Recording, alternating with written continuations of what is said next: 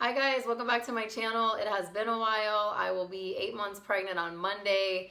So I have just been going crazy on this house and trying to organize it as best as possible. Anything that'll make me and my husband's life easier before the baby gets here is what I'm about right now. So today's video is on refrigeration organization. This has definitely made our lives easier, and I pray that this video will bless you and make your life easier as well.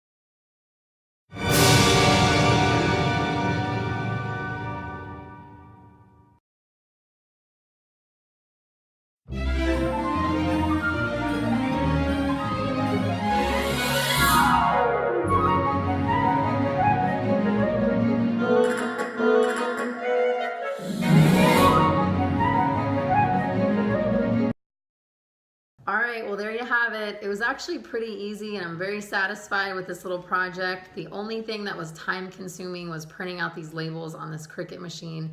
So if you're interested in this little project, I'd suggest going out and buying the labels.